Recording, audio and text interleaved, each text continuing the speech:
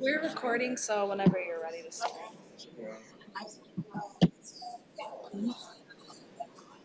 Perfect.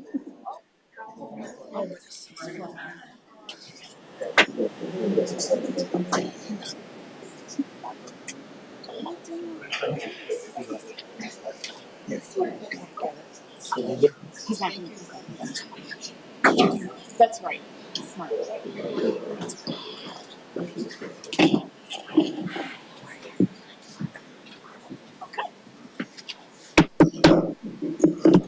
Good evening and welcome to the May 2nd, 2023 executive meeting of the Township Board for the County Township of Meridian. Please join me for the pledge of allegiance. I pledge allegiance to the flag of the United States of America and to the republic for which it stands, one nation, under God, indivisible, with liberty and justice for all. Mr. Lamaster, could we have a roll call? Supervisor Jackson. Here. Clerk Guthrie. Here. Treasurer DeShane. Here. Trustee Hendrickson. Trustee Sundland. Here. Trustee Wilson. Here. Yeah. Trustee Hendrickson is absent. All others present. Thank you. And first, we're waiting for the rest of their team to come. Okay, sure. Tonight we have a couple of presentations. The first will be is being sponsored by our township manager, Mr. Walsh, and he has invited the Ingham County prosecuting attorney, John Duane, to join us and meet the board and the township from this venue. Mr. Walsh. Yeah, thank you. Mr. Duane will come up in just a minute, but I just wanted to remind everyone, we have a history. This community has a history with the Duane family. Back in 2015, when our attorney's firm, the Hubbard firm, dissolved quickly, the township board at that time asked me to, or actually directed me to find a attorney for us for a 5-month period until we went through a process. And during that time, I said, well, I really don't want to get a firm local because to give them an advantage in the RFP process. So to get whoever you want who's competent and will do a good job for us. One person came to mind, and that was Judge John Duane, Prosecutor Duane's late father, who was appointed by Judge Granholm in 2008 as a attorney in Berrien County. He served on the circuit court for 6 or 7 years, and very fond of the late judge, and I'm sure you'll enjoy getting to know, if you don't mind, John Jr. So Prosecutor Duane, come on up. Thanks, Frank. Appreciate it. Thanks for having me, everyone. I appreciate being here tonight. What I'd like to do is kind of do a brief introduction of myself, talk about a few policy changes I made at my office upon taking office. Some of you have heard this presentation before. A few of the members on up there have heard this before, so bear with me. So again, my name's John Duane. I was born in St. Joseph, Michigan on the west side. I'm currently age 53. Graduated from St. Joseph High School in 1988. And from there, I went to the University of South Carolina in Columbia, South Carolina from 1988 through 1992, where I obtained my BA in English. After graduating from college, I moved to Seattle for several years and worked in a law firm there. Came back to Thomas Cooley Law School in 1995 and went to law school and graduated in 1998. After I passed the bar, I went back down to St. Joseph, Benton Harbor, and I worked in legal aid, representing indigent clients in divorce work, abuse and neglect cases, landlord-tenant. And I did that for about a year and a half. And then I worked for my father for about another year and a half, doing civil defense work and some township prosecution cases. In 2001, I was hired by Stuart Dunnings as an assistant prosecuting attorney. I started in the abuse and neglect division of our office, moved up to district court, worked in the Childs Against Crime unit.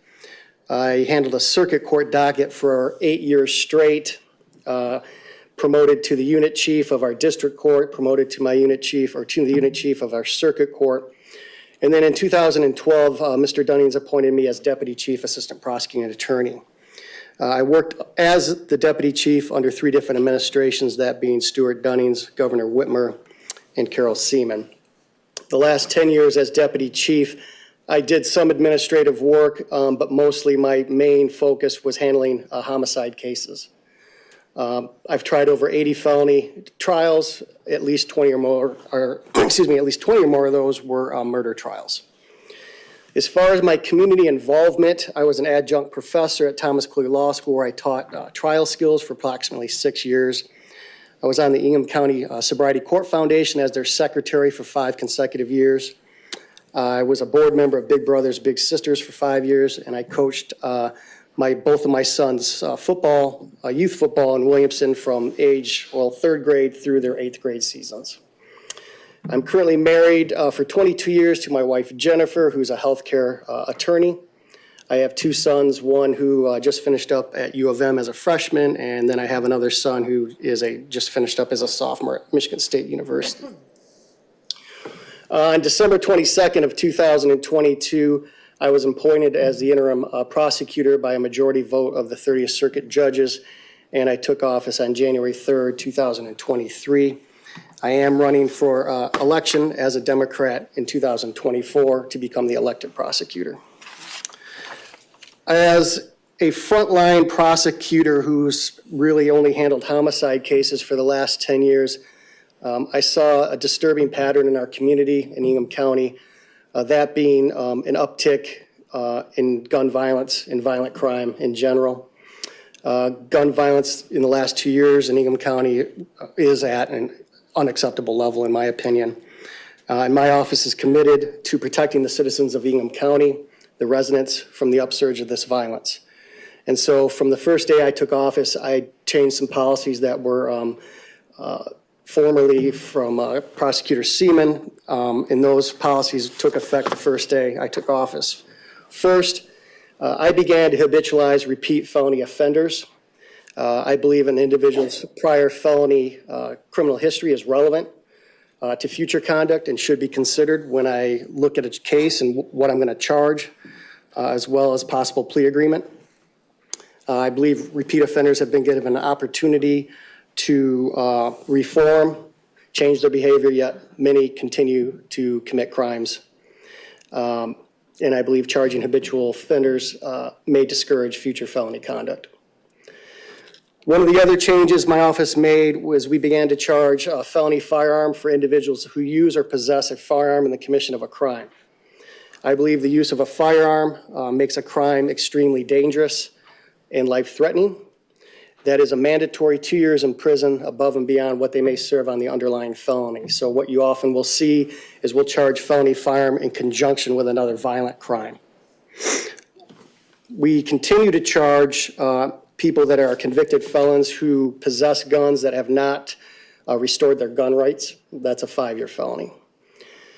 One of the other things that's been disturbing in our community that I've seen over the last several years is people who are carrying concealed weapons without a concealed pistol license.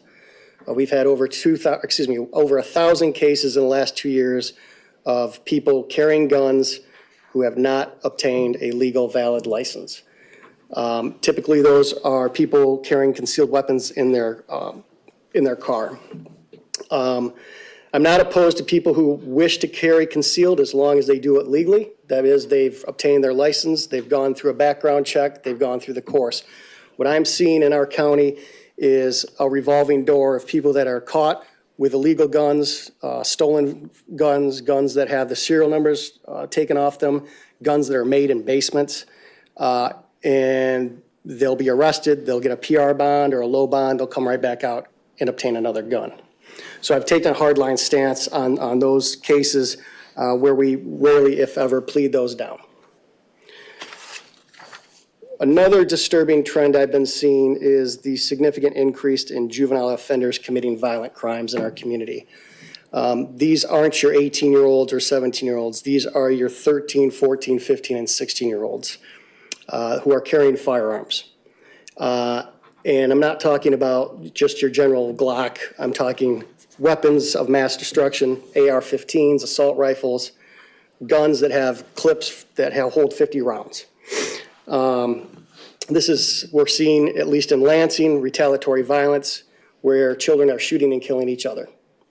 As you know, and what the governor has indicated is gun violence is the #1 killer of children in our country at this time.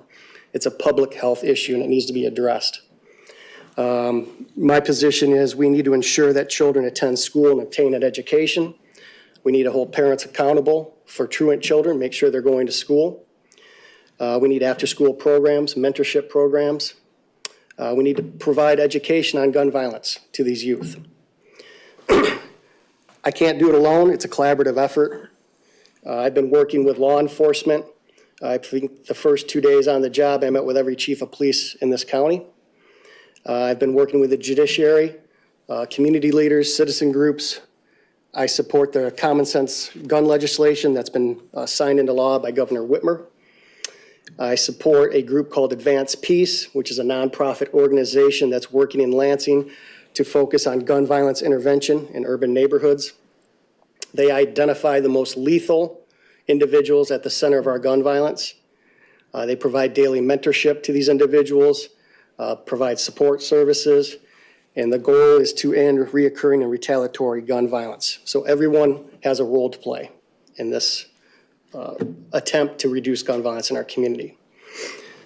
And although I take a very strong stance on a hard line on violent crime and gun violence in general, I do believe in specialty courts and treatment courts that we have in our community. We have a multitude of treatment courts in district court and circuit court. We have sobriety court, we have a drug court, we have a mental health court, we have a veterans court, we have a domestic violence court.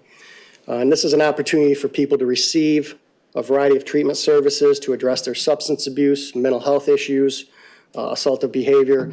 And the goal is to reduce reoffending behavior with treatment, reduce our incarceration rates, and to provide people with a second chance and an opportunity. My own office has a diversion program that if an individual meets certain criteria, they can enter into the program. It has to be a non-assaultive crime. They're put on some type of probationary period. They have to admit guilt to the crime that they committed. There's programming, community service involved, restitution, fines and costs, and if they successfully complete our program, we never issue a warrant for their arrest. The case goes away. Last, I'll touch on mental health crisis in our state, in our country. We have a lack of mental health facilities in our state. We don't have enough beds. We don't have enough services. If I have an individual that needs to go to the forensic center for a competency exam or criminal responsibility, it can take up to 6 months to have that person sent there and be evaluated and get an opinion back. So this is a public health crisis that needs to be addressed and funding needs to be provided. Over 50% of the homicide trials that I've had are people who have mental illness, and specifically paranoid schizophrenia. So with that being said, it's a pleasure to be in front of you tonight. I am a public servant and I am here to serve you all. So please reach out to me if you need anything. I am accessible. You can find my email and phone number address, email address on my website. So reach out if there's anything I can do for you. Thank you. Thank you, Mr. Green. Any questions? What members do you have? Questions? Thank you very much. Thank you very much for having me. I appreciate it.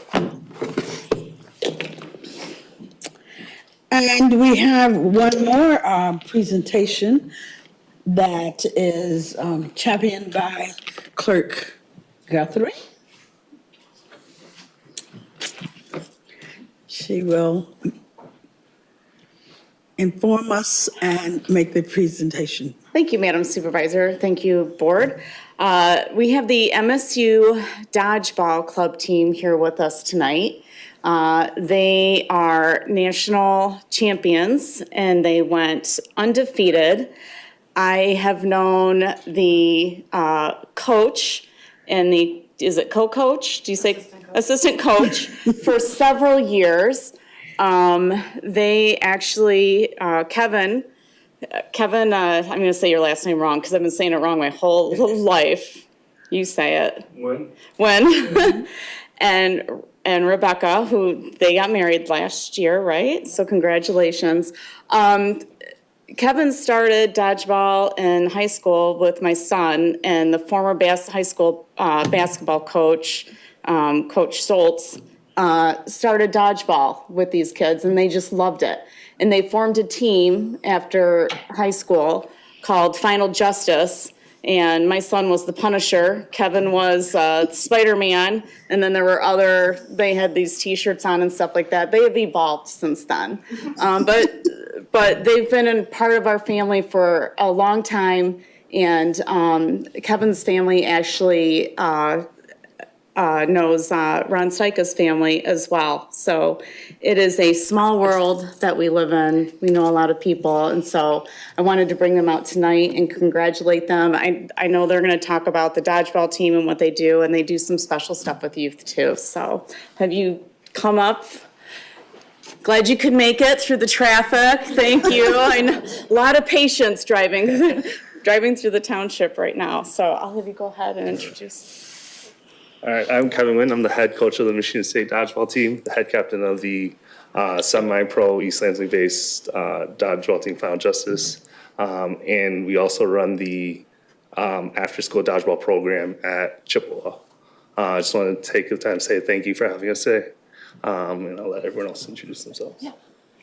I am Rebecca Nguyen. I'm the assistant coach for the club dodgeball team and the head coach for the women's division. I'm also on the national board of directors for the National Collegiate Dodgeball Association, so I oversee all 26 Division I programs in the country and make sure they're up and running to standard.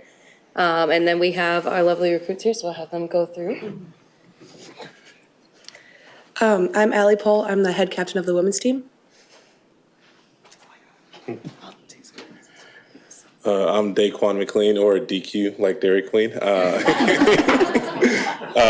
I'm vice president as well as assistant captain of the dodgeball team. And my name is Josh Kramer. I'm the head captain of our team and also the treasurer.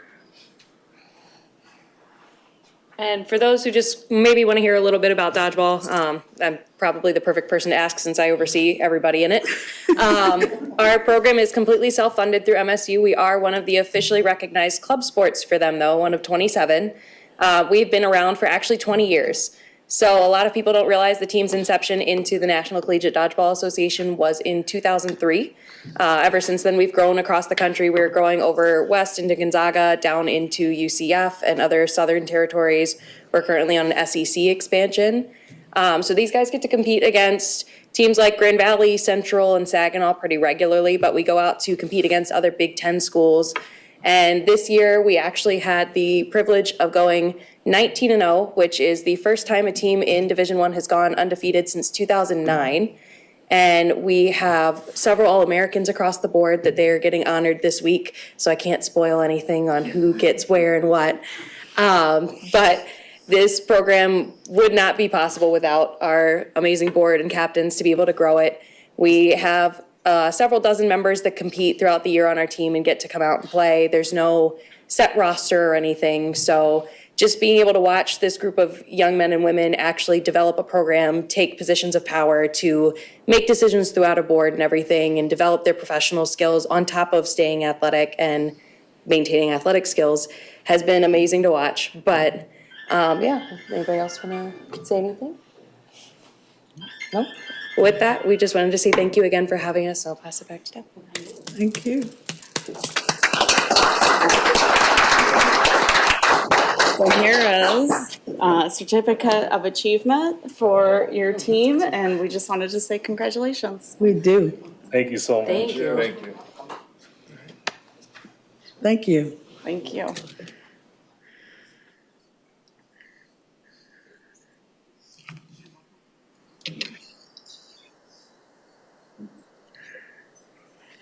And thank you, Clerk Guthrie.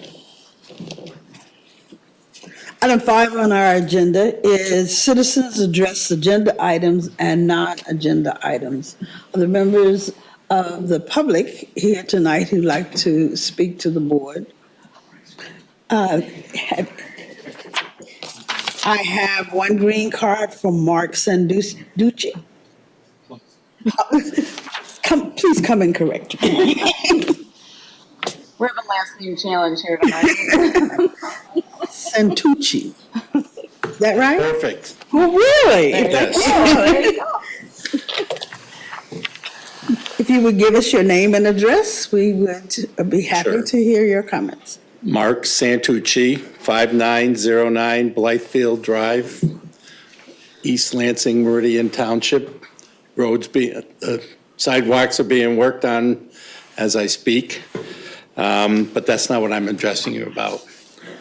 Though I did enjoy the dodgeball. I was pretty good in 3rd grade. I don't think I've played it since then.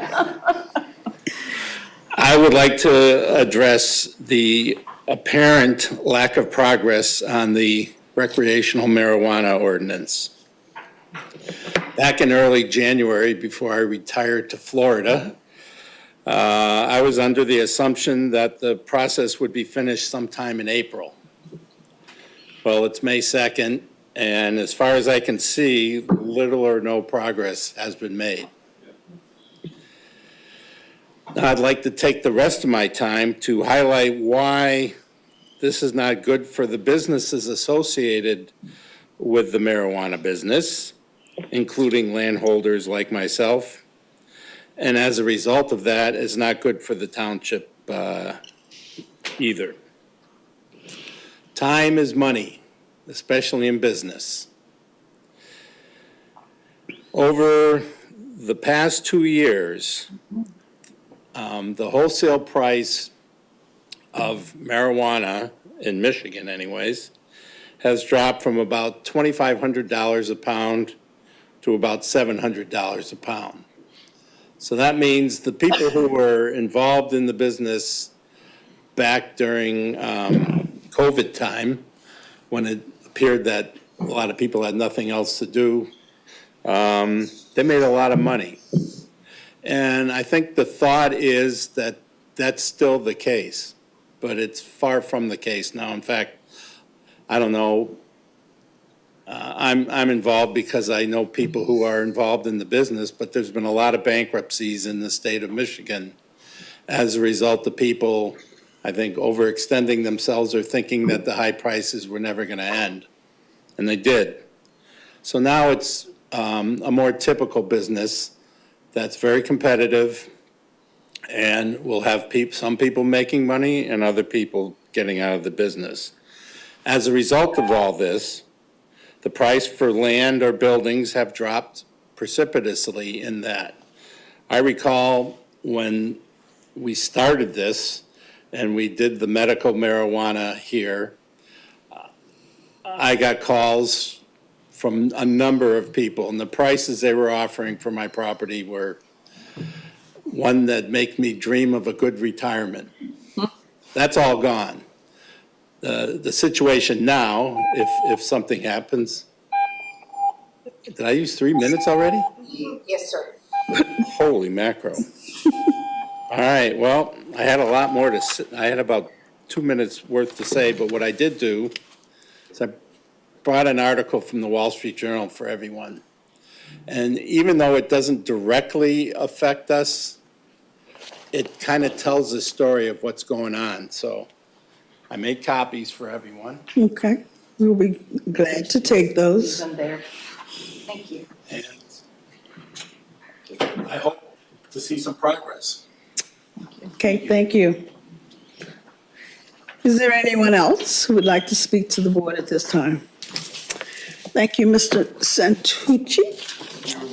And we will move now to item 8 on our agenda, which is approval of the agenda. Can I get trustee Sunderland? I move to approve the agenda as presented. Support. Was that trustee Wilson? All right, it's been moved and seconded to approve the agenda. All in favor of the agenda, of the approval of the agenda as written, please say yes. Yes. Opposed, no. Chair votes yes, and the agenda is approved. We move now to item 9, which is the consent agenda. The consent agenda includes communications, minutes for our April 25 and April 25 regular Township Board meeting and April 27 special Township Board meeting with schools and local governments. The typical manager's bills, a permit application for a fireworks display for Celebrate Meridian, and then ratification of new police officer appointments from Chief Plaga. Mr. DeShane. I move for the approval of the consent agenda as presented. Support. Supported by trustee Wazinski. Clerk Guthrie. I would like to make a friendly amendment to the April 25th regular Township Board meetings. In the minutes, it talks about Deputy Manager Dan Opsimer's presentation of the roads, but it did not include information about the fog and chip seal. And I think that information about that portion of his presentation should be included in there, and that the board approved those monies for that work to be done. So I would like, I think that's how I do it, is to make an amendment to include that information. An amendment to the minutes. Yes, an For amendment to the the- April 25 Yes. meeting. Mr. Opsimer, you have comments to make on that subject? Yes, just in so much as it would help the clerk's office, I'd be happy to provide a quick little synopsis for the clerk's office tomorrow morning. Happy to assist however we can. Okay. Thank you. Mr. DeShane? I support the clerk's amendment to the minutes. All right. Yes, I also support the the, amendment to the minute. to the minutes for April 25. Is that correct? Okay, so seeing no further discussion on the subject, we need a roll call vote to approve the consent agenda? I think we need to approve the The amendment first? yes. Okay. Since you guys accepted the friendly amendment, you don't need to take a vote on that. Excellent. Then we are prepared for the roll call vote on the Correct. approval of the consent agenda in total. Yes. All right? Supervisor Jackson? Yes. Clerk Guthrie? Yes. Treasurer DeShane? Yes. Trustee Sundland? Yes. Trustee Wilson? Yes. Trustee Wazinski? Yes. Motion carried 6-0. Thank you. Item 10 on our agenda is questions for the attorney. We have none.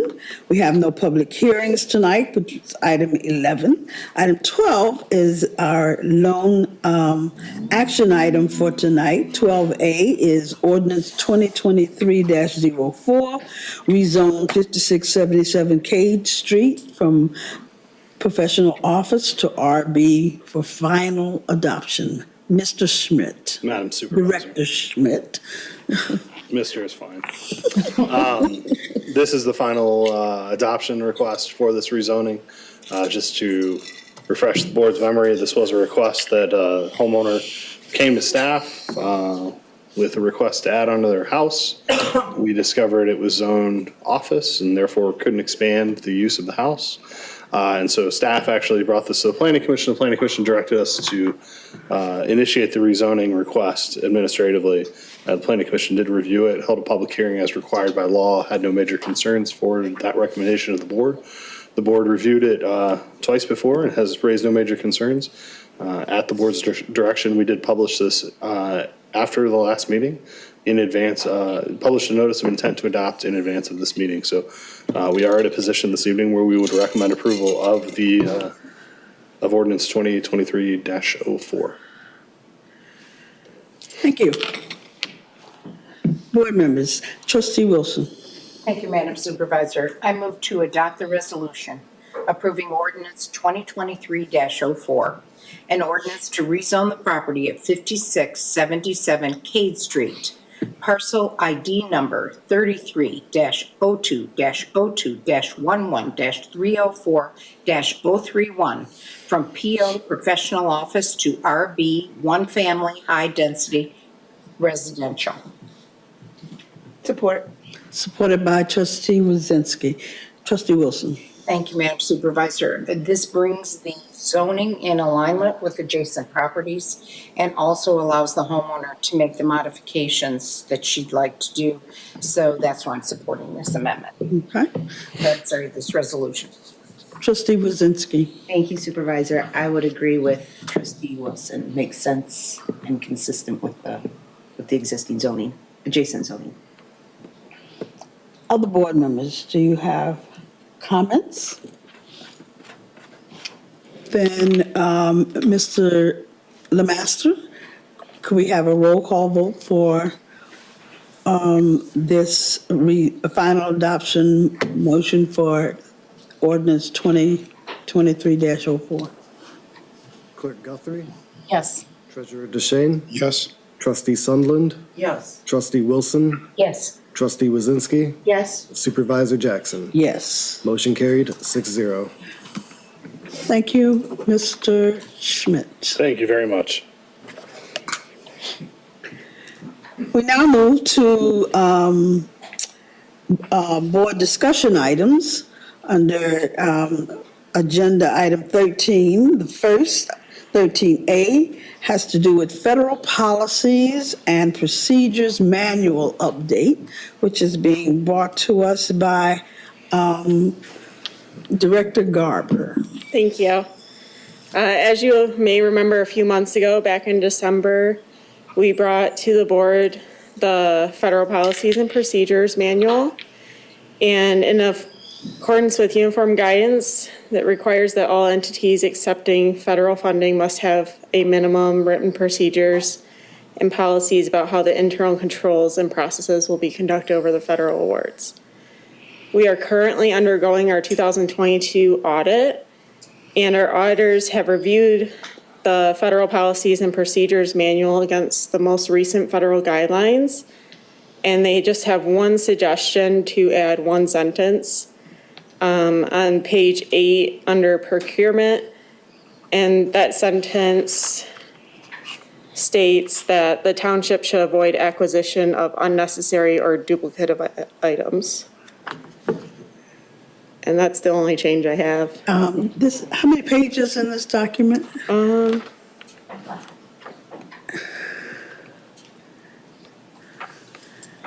12.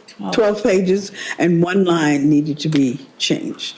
And so this is not going to come back to the board for approval or anything, right? It is a board-approved policy. And so to what we are amending it, so it will have, at this point, it's a discussion item. So will it come back to us in a meeting for actual board approval? Yes. Okay. So at this time, we're open for any discussions, concerns. Mr. DeShane? I think it's pretty good news that these new federal requirements came down and we only want to change one sentence. And the sentence they're changing is just so obvious. The township should avoid acquisition of unnecessary or duplicative items. It's, maybe there's a thing in ladders, do not climb ladders onto the top rung and stand there without help. I mean, it's just such an obvious rule. But that's all the change that we need to make. Our current procedures in terms of procurement and expensing grants is pretty good. And reading it through, in 4 years of treasurer, I see these have been the rules we have followed when we receive grants, disperse them and report it back to the federal government. So this is good news. Other comments? I would agree. Supervisor. Yes, trustee Wazinski. I would agree. It's been successful in the past, and adding this one statement only seems obvious. Anyone else? Then thank you for your diligence in making this adjustment. We look forward to approving the product of your work at our next meeting, maybe? Yes, Okay. Thank you. thanks. Our next discussion item is Ingham County Parks and Trails Millage Multi-Jurisdictional River Clearing Grant. And our illustrious Director of Parks and Recreation will discuss that with us. All right, what a name for a grant, huh? Anyway, we have been working together with the City of Williamston and Williamstown Township. When I first started here 24 years ago, the very first people that came knocking on my door were river enthusiasts asking for a river clearing project because it was so frustrating to try to navigate the Red Cedar with all the log jams and debris in the river. And so one of my first things that we did here was to host a volunteer event. And that was back in 2000. But now we've got greater support for the Red Cedar River. We have communities who are investing money in providing amenities for utilizing the Red Cedar for recreational purposes. City of Williamston has a little whitewater area in their city that they applied for a DNR grant a few years ago. They just installed a new canoe landing at McCormick Park. Williamstown Township has received a grant to do some river clearing in their township. And that was done successfully. But now we're looking at how do we all work together and methodically be able to take care of the river one step at a time. And so the Ingham County Parks and Trails Millage, they're very excited for this application. We've been in contact with them as well. They're ready to spend some of that money on the Blue Way or the River Trail. And they're also funding wayfinding signage for the river, as well as informational kiosks for each of the stops along the river from Williamston all the way through Meridian Township. So anyway, we put a grant application together. We've requested $500,000 for up to 3 years. So it's $5,000 or 3 years, whichever comes first. And as we know, the river conditions change on a regular basis, depending on the wind and the rain, and the river is lined with trees. And so it's not a one and done type proposition here, but at least it's a start. And then we have tons of support from our volunteers in the community, the Friends of the Red Cedar,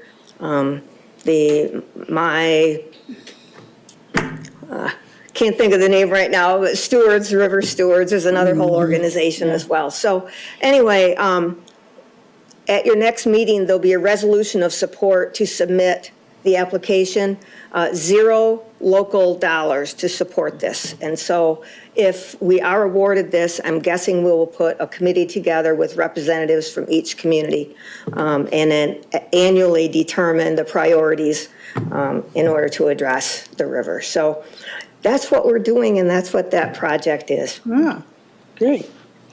Board members, Mr. DeShane. Well, this impacts recreation, but it also impacts development along in some of our areas. I'm sure Trustee Wilson remembers the discussion when the Hannah Flats and Lofts Plaza development was proposed, and the Indian Lakes neighborhood was vehemently against it because of the very high levels of river flooding at that point.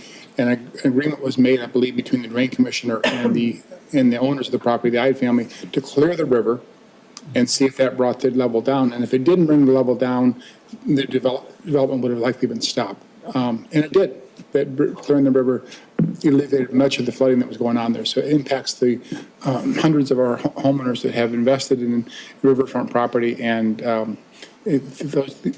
these log jams aren't cleared, we can't use it for recreation, and it causes backups and flooding. So this is exciting news. Thank you.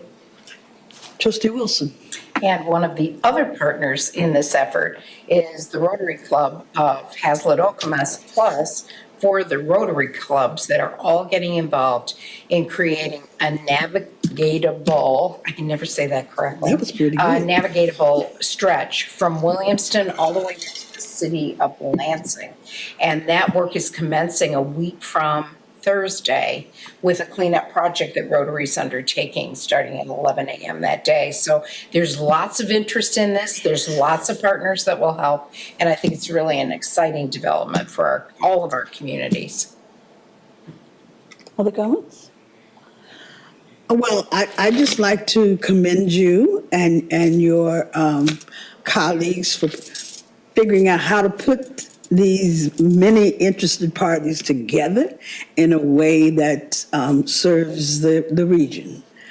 And so we will look forward to, so we get to approve the grant application, or we get to approve the grant award? Well, both. But right now, the first thing will be, in fact, the due date was yesterday, so it has been submitted. Okay. But we still need resolutions of support.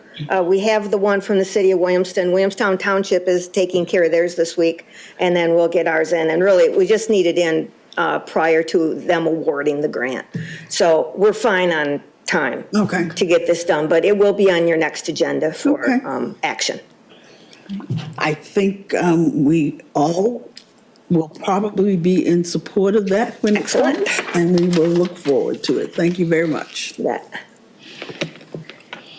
Item 13C is Central Park Pavilion renovation update, and this is also a project in Director Maisner's lab. Yes, I'm still here. So, back in 2014, the Park Commission supported a master plan for all of Central Park.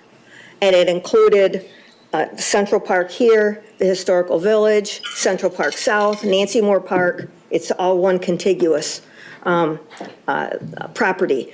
And part of that was relocating the farmer's market to Marketplace on the Green. We've added a new restroom building near the Historical Village. We've paved a trail from here all the way over to Central Park South, added a fishing dock at Central Park South, a dog park at Central Park South. There's been a lot of development going on in this area. One of the other items was a new pavilion here in Central Park. And initially, I thought maybe we could just renovate what our existing pavilion was. But and I'm saying new isn't always better, but in this case, it is. So we've had an evaluation done of the support post. That structure was installed in 1978. And many of the support posts are rotted at this point. So we certainly don't want to put more money into what is there. The concrete pad is in fantastic condition. Not a crack in it. It's beautiful. That will remain. But it appears now we will just look at a brand-new pavilion to put there. Don't have a design yet, but we're working on all of that. But of course, we're thinking of, since we built the new bathroom buildings, the restrooms with the brick, and that will go away, so then the view is open to the park instead of right now, it's open to the parking lot. We're looking at adding vegetation between the parking lot and the pavilion to soften up that whole space. So we're very excited to move forward. We have a plan now. We're going to do more than just renovate what's there. We're going to put a brand new pavilion on the existing pad. Okay. So that is the plan for that pavilion. It should be beautiful. Questions, comments? Trustee Wazinski. Thank you, Supervisor. I'll say when I was on Park Commission 2017, this was part of the plan. So we did talk about this quite a bit, and I thought Park Commission and Director Maisner, the biggest advantage, I think, is turning that building around so that you can actually see and use that building while you're watching your, 5-year-old in the rain playing soccer. Exactly. So I'm really excited to see this come to fruition, and I appreciate you and the Park Commission. Great, thank you. Mr. DeShane. I was actually part of the Park Commission, I believe, when this master plan was approved in 2014. It's an exciting update, and it's really quite amazing how much of that plan we have already realized. We thought it would be 20 years, and we've got a lot of it done in less than 10. I have a question about the cost of this, renovation versus new construction. Have you gotten any preliminary numbers on what the cost of this new pavilion would be? You know, I do not at this time, but we do have 100,000 budgeted. I think we're going to be very close. I do want to add some brick walls, just like seat walls on the corners to kind of identify the space. I'm not quite sure if the pavilion will be as large as it is now, and if we made it a little smaller, we could create a couple patio areas on either side, utilizing the same existing pad that's there. I think we're going to be fine budgetary-wise, but this is a park millage project, and so once our numbers come in and if more money is needed, I will come back and request a budget amendment at that time. But I'm thinking right now we should be pretty close to being able to still complete this under the initial budget request. Our pavilions generate income as well from rentals, and I imagine this is one that is rented out often. You know, this is probably one of our most popular pavilions, and mainly because it's so close to the parking lot. And people like to meet here as well, especially during COVID. All of our pavilions became super popular, and they continue to do so today. But I think a lot of it is that proximity to the parking lot. You don't have to walk very far, and you're right here. And there's a playground, and there's field, and there's trails, and this village. There's a lot of amenities here. It's really, it's one of our most highly rented facilities. Other board members? Let me just ask, so this pavilion has been used for a lot of different things, including our farmers market. And so I'm wondering, in the new design and the new concept, is the functionality going to change in any way? Is it primarily for supporting, I guess, outside gathering and sports viewing? Or are there other kinds of uses or wintertime uses Sure, you know, built into the new design? That's a great question. When this pavilion was constructed, it was in response to an interest to have a farmer's market. And in 1974, the first farmer's market took place in the parking lot here at the Township Hall. It was a dirt parking lot at the time. And there were 4 farmers market vendors. And they did that on a trial basis just to see if there would be interest in having a farmer's market. There was a community survey done. Obviously, it was supported by the community. And then there was a grant obtained, and the grant funded the existing pavilion. They still weren't sure that our community would sustain a farmer's market for a long period of time. So it was built as a multi-use facility. It's not really built to be a farmer's market, but they utilized it as that, and probably didn't have the vision to think about how popular it would become in the future. And of course, we all know what happened. We know the rest of the story there. But in our new facility, I know we get a lot of use for meetings, the plant sale from the garden club, and I know they enjoy having some of that area enclosed for protection. And so even though those walls will come down, and we've just recently installed windscreens at Marketplace on the Green. And my thought was right now we've got these heavy plastic tarps that we hang up, and they're not in very good shape anymore. So my whole thought was, with a new pavilion, we would still add these windscreens, automatic windscreens. And so we could enclose it for meetings around windy days, or if it's just a little chilly out, it would block some of that wind. So it is still going to be multi-purpose, but it'll be like more open than what we have now. Okay, thank you. Other questions? I think Treasurer DeShane asked about costs.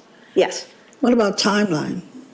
Timeline is probably going to be later this year. We're still going through the bidding, putting the bids out, coming up with our design first to make sure this is what we want. And then, so it'll probably be something that won't be installed till near the end of the summer. Okay. So we're not likely to see any another opportunity to update until after it's finished. It's going to be a while, because we still also need professionals to help us with the demo of the restroom building, and there's also a lift station there behind it. And so we really need to make sure that we're working with our Public Works Department, making sure all of that can still be maintained, even though our restroom building will be gone. So Great. there's a lot to do yet, for sure, but we're going to get there. We appreciate the update. You bet. Thank you very much. And no further questions? We'll move on to the Township Building Renovation Project update. And this is Director Massey. Good evening. So an update on what's been going on. The walls of the front hallway and the lobby ceiling were painted at the Service Center in early April. New flooring was installed last week in the front lobby, vestibule, entrance area, and the front hallway. And it is our goal to update the front counter at some point this summer, still working on figuring that out. And it would include lowering a portion to make it ADA compliant over there. In this building, the week of April 17th, we all vacated, minus the people in this room and the home TV studio. And so now we are located at the Public Safety Building, the Service Center, and then at our rented space, 2630 Bennett Road. That's where you'll find the clerk's office and a couple other departments. The painters started last Tuesday. They've already removed all the wallpaper on the first floor minus one room, and they started today on drywall repairs, so that will be the most labor-intensive part of their job on the first floor. So that'll take a while. We're thinking it'll take anywhere from 72 to 90 days at this point to do the whole building. So that's still up in the air, but things are looking good. At this point, the week of May 8th, we are working on removing the exterior front entrance doors, the main ones right here. And we're going to replace the cement slabs out in front. There's just some damage that needs to be addressed. And then at that point, the new doors would be installed, and that would be complete probably around May 26th. So by the end of the month, we should have new doors in. After all that, the flooring will get replaced. We have an estimated start date of June 9th, and we believe the first floor should be done around June 26th, and the second floor around August 10th. And then after flooring will come furniture. We believe that it will start installation sometime in June, and hopefully completed by September. That's dependent on lead times. I haven't heard of any delays, but we never know. And then we are also hoping to update the front counter here by the end of September. That would also include lowering the front corner, so that is ADA compliant as well. Any questions, comments? Board members, questions? Trustee Wilson. Do the first floor restrooms need to be made ADA compliant as part of this project? That is not part of this project, but that is something we are looking at in the future. Okay, thank you. Anyone else? Mr. DeShane? Having lived through this just here, but watched others move off campus, you've done a terrific job of coordinating this, anticipating problems, and having solutions for everyone.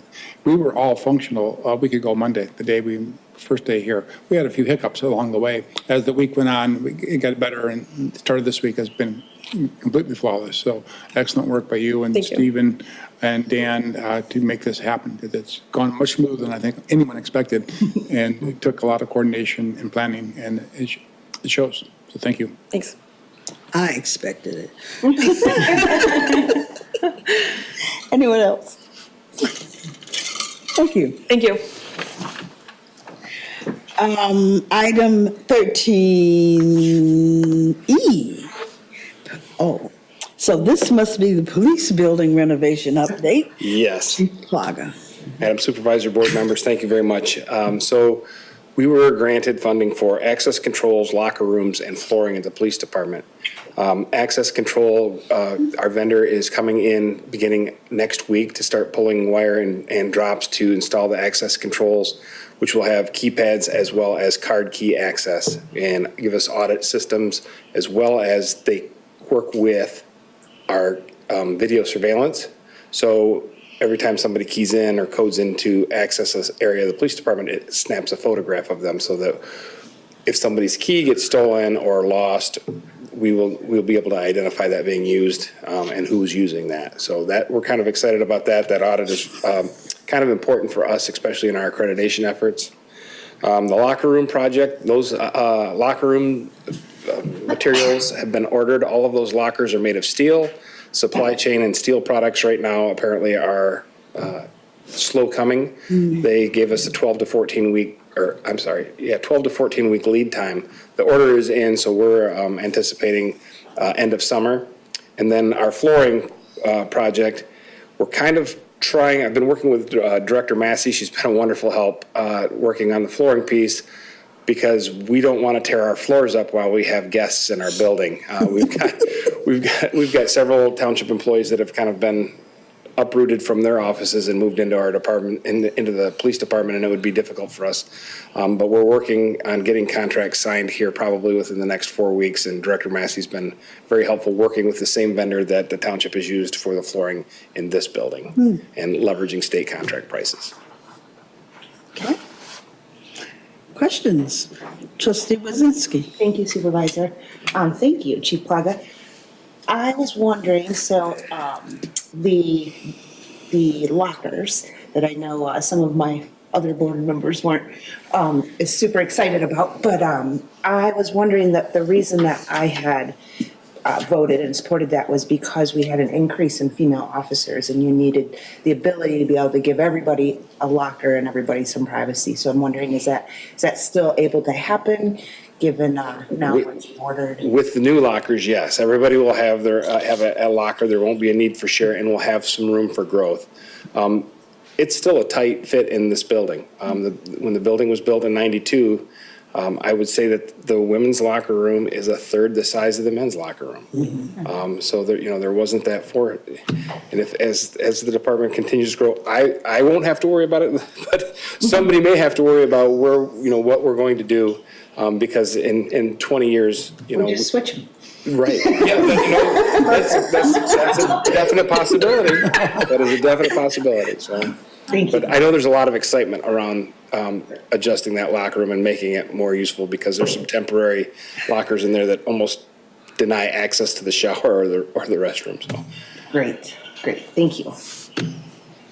Other board members? Well, Chief Plaga, as one of the guests in your building these days, I'm very interested and pleased with your description of the access control features, and I'll be on the lookout. Thank you, Madam Supervisor. Thank you. Item 13F, DEI Equity Plan Update. And this is Director Titoff, who's going to discuss that with us. Madam Supervisor, Board, it's lovely to be here with you tonight.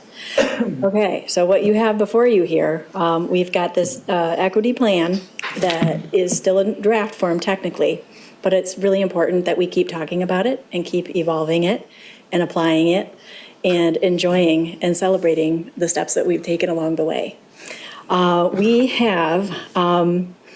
We've gotten together with our task force, and we have talked about this framework, which is a basic framework for how we operate within the township and as we serve our residents.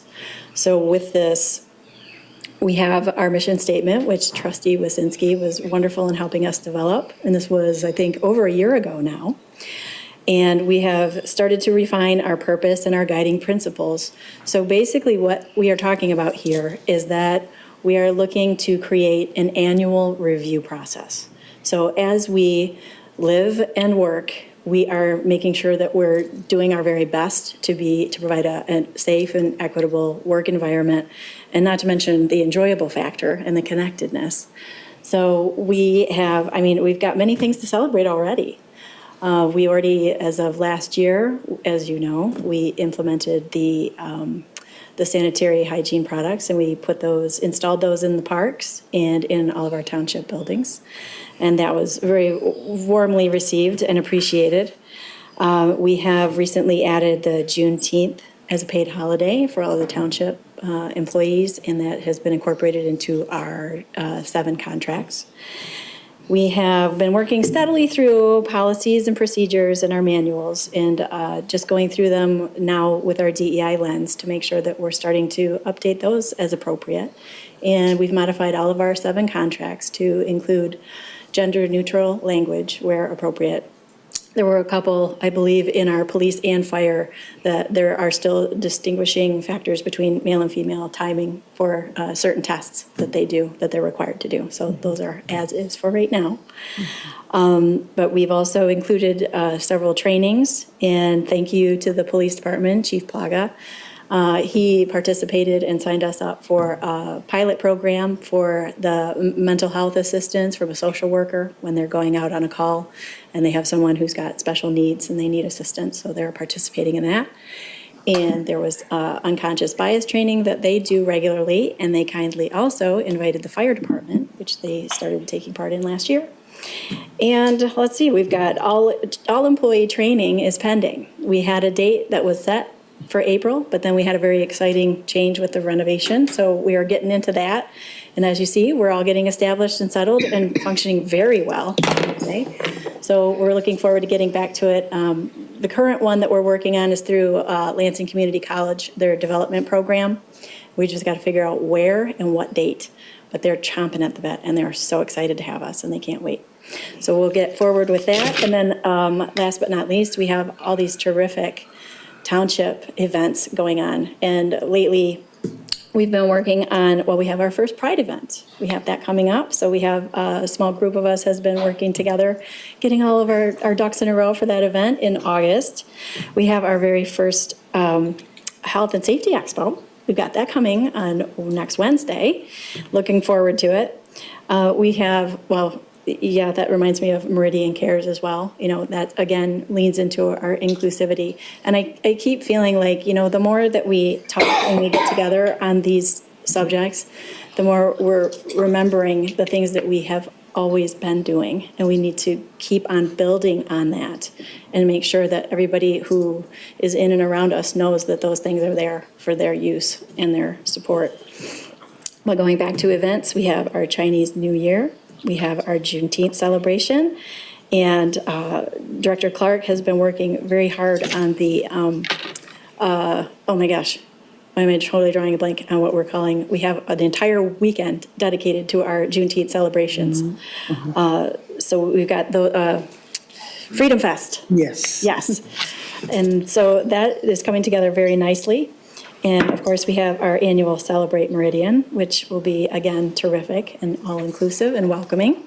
And I think that we had talked about there are some other cultural celebrations that we are always mindful of and looking for new ways to incorporate into our township being across the board.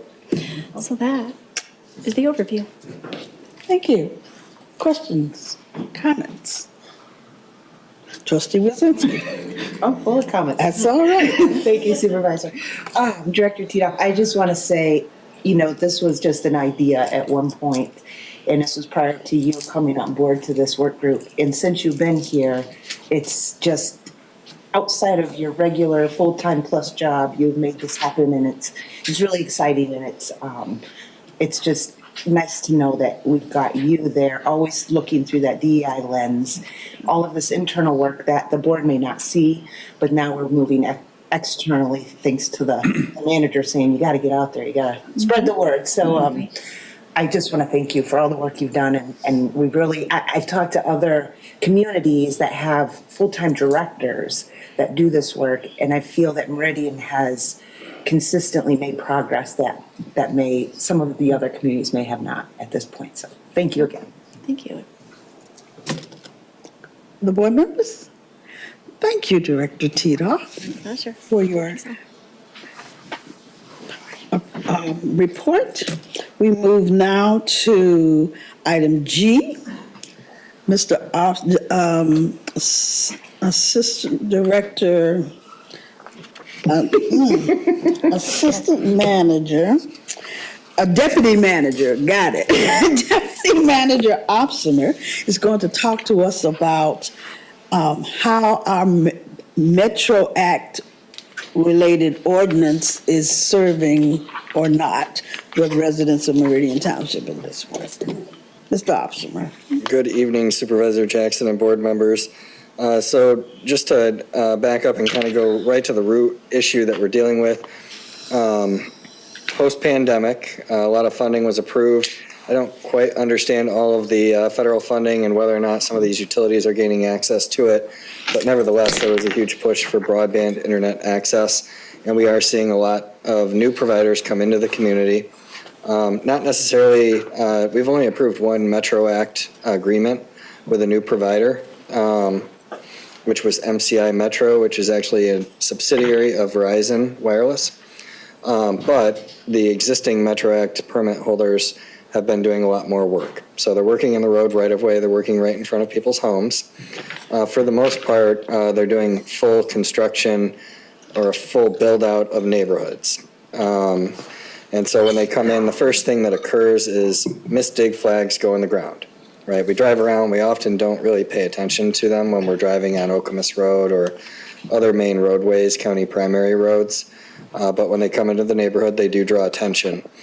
So that's the first thing that people see. From there, just so that you have an understanding of what this construction looks like and what methods are being utilized, they are boring conduit or drilling conduit. So they are not trenching, but they use a ditch witch. It's roughly the size of an ATV, a large ATV. And they use that to directional bore the conduit, and then they pull their fiber or their copper through the conduit. They will have to dig down, so there are some holes to put junction boxes, cabinets, which are those, square utilities that you'll see, usually screened with some landscaping, but it really kind of depends on the neighborhood and when it was constructed. And they will have to dig down usually 2 to 3 feet diameter holes to verify some utilities that they have to pass over or under. So typically when they're doing that, we call it potholing. They're verifying the depth of a gas line or a gas main that they have to pass over or under, and they want to know the exact height that that utility is at. The missed dig flags tell them where the utility is. They don't tell them the height, right? So that's kind of what's happening on the ground, just to give you the lay of the land. It's different providers, and there's some extenuating circumstances in one situation with the Okemos Preserve Sanctuary and the Meadows. We had AT&T send in their East Lansing and Lansing crew, both on the engineering side and on the contractor side. So they were new to the township. Reason being was they were looking at building out in College Fields as well. College Fields is technically the city of Lansing under the Public Act 425 agreement. Because of the proximity, they kind of said, let's build out these other 3 neighborhoods on the east side of Hewlett Road. They did not pull permits. We addressed that. The contractor was given a civil infraction, which has been paid. They did apply for permits. But really, the big fundamental problem that we have is they attempt to communicate, but they are not very effective at their means of communication.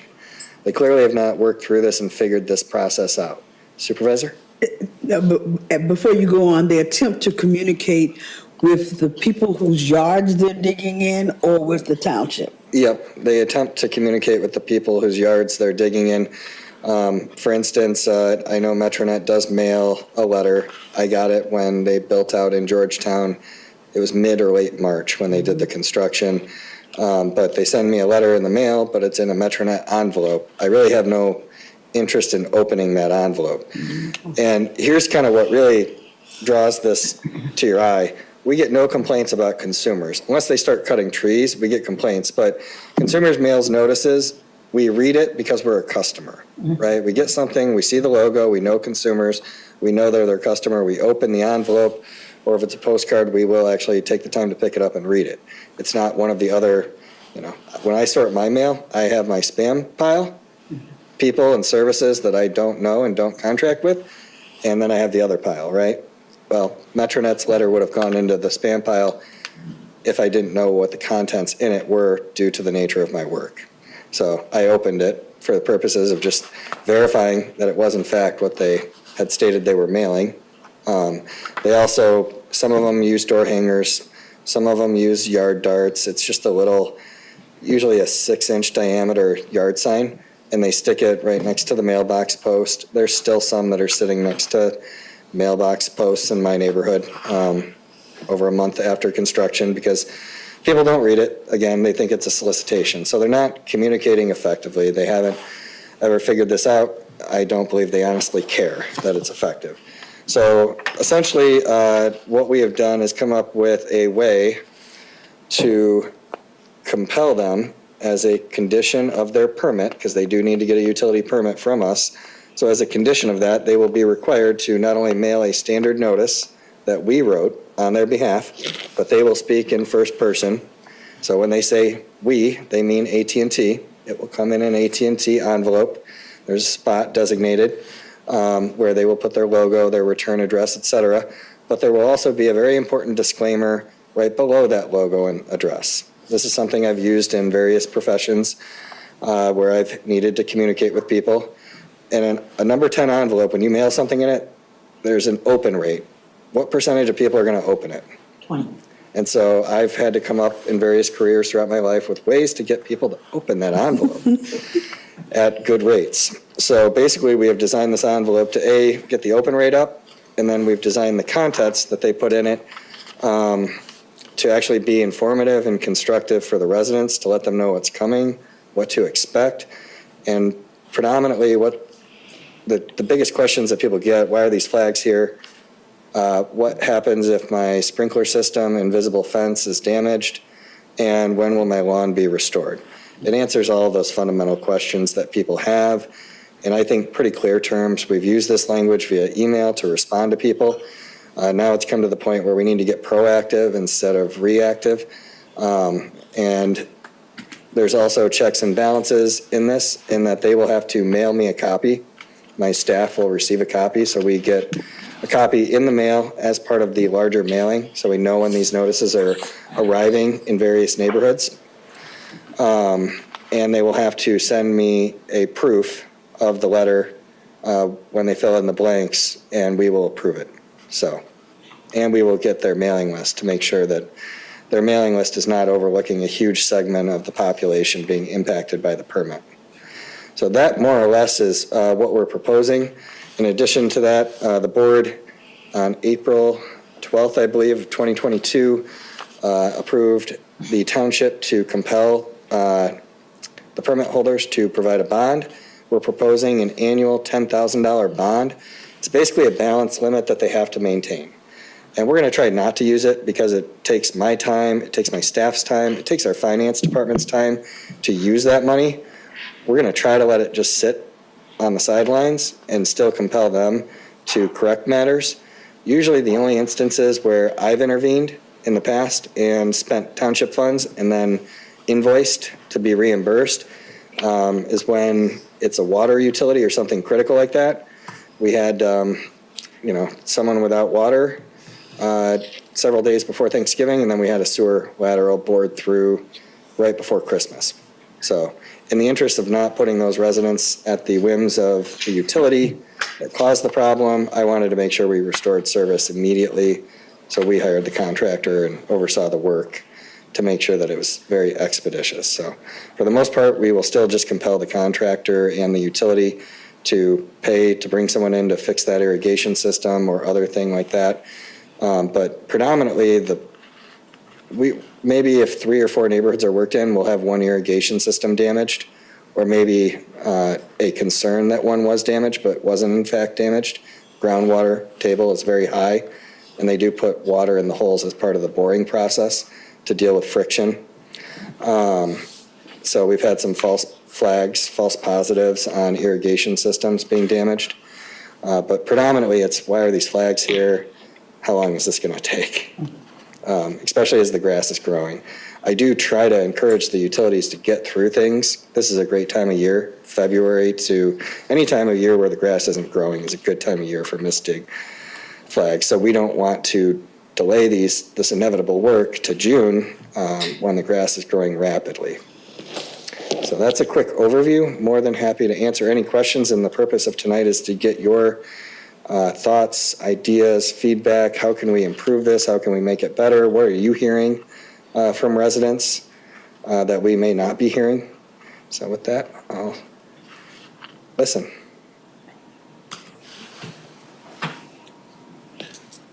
Let me start. Sure. Okay, so what does this have to do with the Metro Act? The Metro Act governs it. The Metro Act was, very good question, Supervisor Jackson. The Metro Act is not a good thing. The Metro Act is when local units of government start adopting ordinances regulating in a very custom fashion for their own purposes how business like this is conducted in the public right-of-way. Well, then these internet providers say, well, we have all these PAC funds and resources. We're going to go to the state legislature and we're going to lobby to preempt local control. Now, some of what's in here could possibly be in some gray areas, but the reality is these utilities want to keep moving and they're not going to fight the little things. And they're already doing everything in here. They may not like it and it may take 2 phone calls from me, but they're doing it. So I can say with 100% certainty, everyone who's contacted the township has had their issue resolved to satisfaction. But the Metro Act is not a good thing. It's preempting us from having controls. It's trying to limit it, and predominantly it was written by these utilities. Over the right of the public right of way. Okay. It's trying to, they will pitch it to lawmakers as uniformity. You know, we can't have different rules every place. Well, the reality is they get different rules. There's a reason why the Lansing, East Lansing arm of AT&T came in and wasn't behaving the same way that Metronet was. So, I mean, how long did it take for Metronet to get through your neighborhood, Supervisor Jackson? I think it took them about 2 weeks. Yep. So they started in Manager Walsh's or AT&T started in Manager Walsh's neighborhood around the same time. They're still there. So, you know, they try to preempt us, but it still doesn't work. There's ways to compel all this. It just takes time and resources on the township's part to try to figure out how we're going to get everyone rowing in the same direction. Okay. Another question. So everyone who is working in the township should have a permit? Yes. Can you say that everyone who is working in the township has appropriately gone through our permitting process? To the best of my knowledge, Mystic flags started going in today, for instance, in Indian Lakes for an AT&T build-out, and we do have their permit, and we are reviewing it. Okay. So to the best of my knowledge, we have permits for all the work. There is a dearth of work occurring. Okay. Especially predominantly on the internet front. Okay. And I had another question, but I've forgotten what it was. So did you have a question? Treasurer. Mr. Deschamps. Thank you. What bond do we currently, before the board acted, what bond did we require of these installers or these companies? We did not require a bond. Okay. And so you're proposing to start a bond, or we're currently still not requiring a bond, is that correct? We did not implement it. We are proposing it's written into the utility permit, which is before you tonight. So it's if you go to page 4, item 14 is the cash bond. That's a new provision in its entirety. Item 15 is new in its entirety, dealing with the notice to residents. And there's additional requirements pertaining to that notice at the top of the standard notice that we have prepared. And then the other critical change was item 10, restoration. At the end of the very first sentence, we added within 72 hours. Again, a lot of this we are doing or training some of the new folks that have come in to do. So a lot of this has kind of just been mutually agreed to. So I don't really expect a ton of pushback, expect some mild pushback. But As a follow-up, regarding the letter, I think it's an excellent idea to give them the format to use. Somehow I fear they're still going to mess it up. Well, no, because we will either not get a letter or I will get a letter and it's not what I approved. So either way, they messed up. There are companies, we use one for utility billing, for example, KCI, many municipalities use them for tax notice, where you give them a digital copy of the letter and the artwork, and they produce the entire thing, and you give them your mailing list. And the cost there would be a buck or two per letter, depending on what's in the envelope. If you thought about taking further control of this process to make sure they're mailed to the right people, because we know the neighborhoods, and make sure we know the letter, because we've seen it, they get to add their language to it, their logo to it, but it would also be uniform in the way that went out as well. Maybe that's a second step if the first step doesn't work with them, but we could actually control that and simply charge that fee every parcel owner in the area affected. You're going to add $2 or even $3 per resident, because it's going to take staff time to review that letter and send it out to the mailing house. But we can produce that without adding more staff, but simply adding a per parcel cost to it. Let me take that idea back to our attorneys and see what the legalities are pertaining to it, but I do like the idea. Thank you. Very good idea. Thank you, Treasurer DeShane. Others? One more for me. So the changes that you're proposing are part of the ordinance and the permitting process.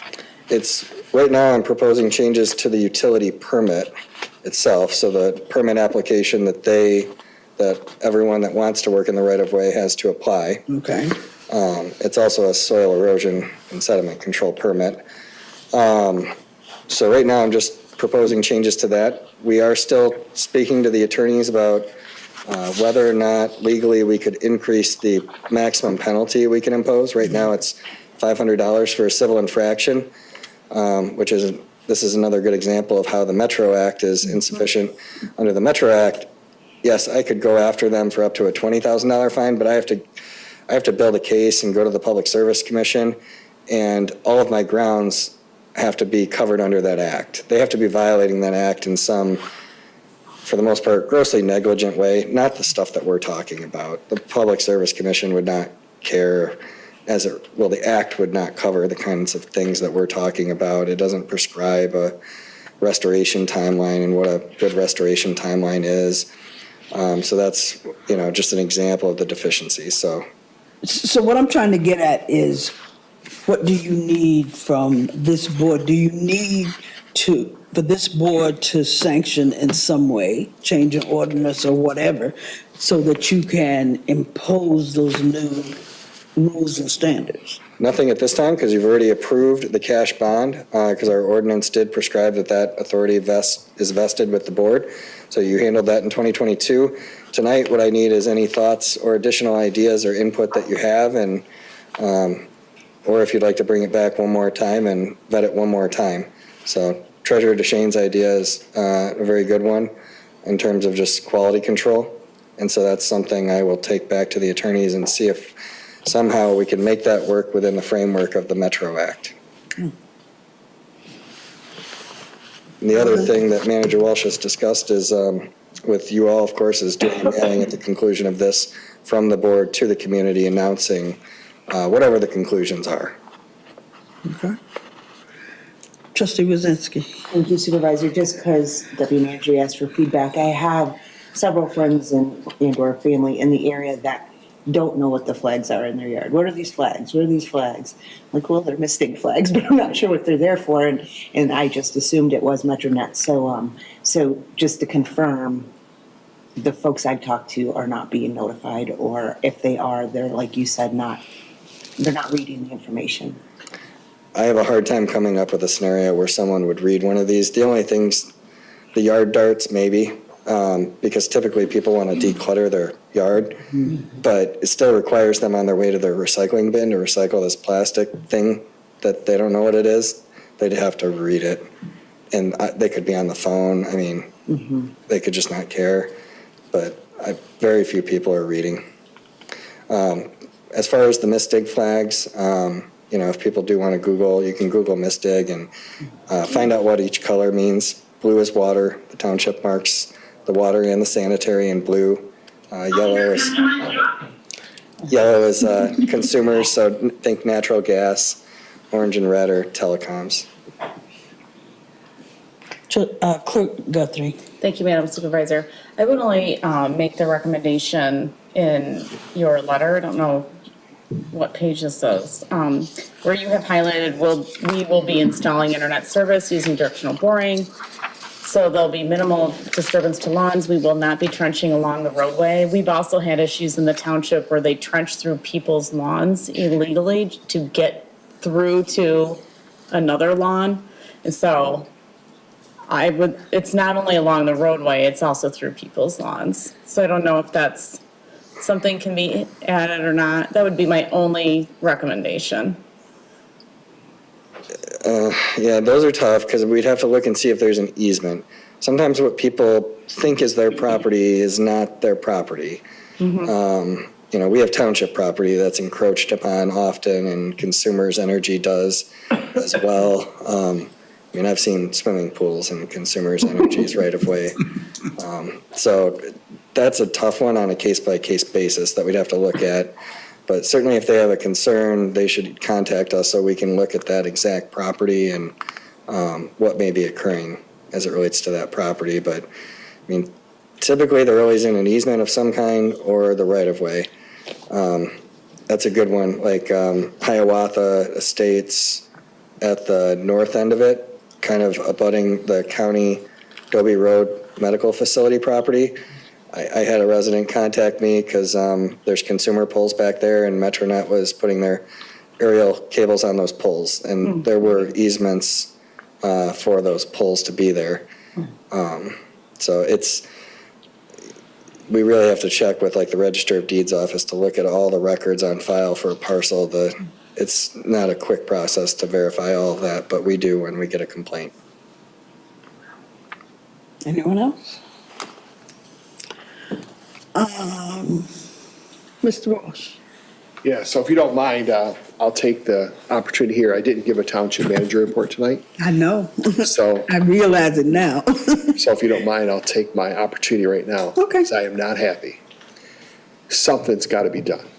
Our township residents are being basically raped by these contractors. I challenge all of you to come to my neighborhood right now. They've been there for 7 weeks. 7 weeks. And they're tearing up right up next to the houses. And there's piles of dirt everywhere. They're there, then they're gone for a few days, then they're back. Our residents in our neighborhood, 126 homes, had no idea what was going on. Yeah, they're smart enough to see these flags and know, yeah, there's something going on. They didn't notify us. In fact, they came and they worked without a permit. And then, of course, the police department came out, shut them down. I guess they got a fine, insignificant to them. But something's got to be done because they're operating sometimes without a permit. They're tearing up people's lawns. You come through our neighborhood, there's at least a dozen lawns right now that have a huge pile of dirt and a hole, something over them usually. People have no idea. They still don't really know what's going on. No notification, lawns being torn up for weeks. And it's not fair to the taxpayers and residents of this community. And I would urge you to come out to our neighborhood, see what's happened, and use that as a basis to determine what you're going to do. And then I would communicate, as I've said before, put this in a letter directly to the residents. This is just as important as the renovation that went on, because our neighborhoods, they just come out and they think they have a right to come up onto our property and tear up whatever they want to, and they have no stake in this community at all. So hopefully you'll take what's been given to you and further what we can do to control. I know we can't do a lot, but we can do some. And then communicate that in a letter to all the residents, because they have no idea what's going on, and it's happening neighborhood after neighborhood. And some of the contractors, I think the worst contractors, are working on our side of the community. I think the MetroNet, some of the community companies, because I've noticed that they work in other neighborhoods, they've done a decent job. But I can tell you, come over to our neighborhood. It's 7 weeks. It's ongoing now. I have no idea when it's going to end. They're still, today they were up with their, as you call it, ATV, with these big, wide, like snowmobile tread things on them, and still driving right over lawns and everything. It's a hot mess, is what it is. People are really unhappy. I walk in the neighborhood. I'm not on the HOA, but every night I stop about people about what's going on. So it's a big deal, and I hope that it gets addressed, because we need to do something. Thank you for your time. Since you asked me about my neighborhood, first of all, I started seeing flags, and we didn't know who was putting the flags out. But then MetroNet showed up, and they were there for maybe 2 weeks, and they dug holes and marked lines, for the underground utilities and so forth. But I can say at this point, when they left, there was no evidence that they'd been there.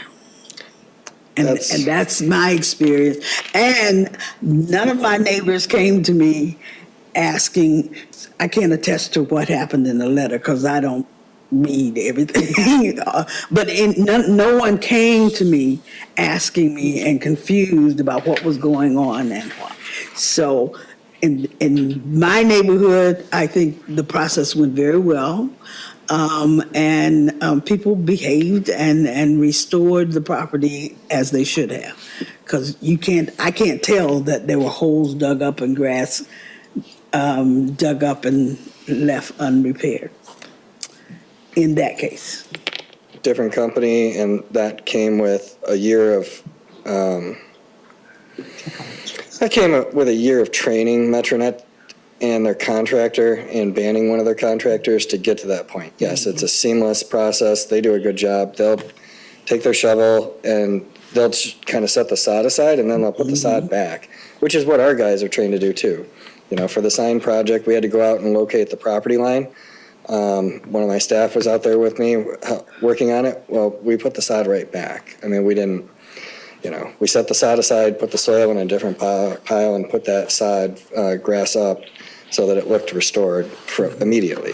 And Metronet has been doing that. So that's a year of training.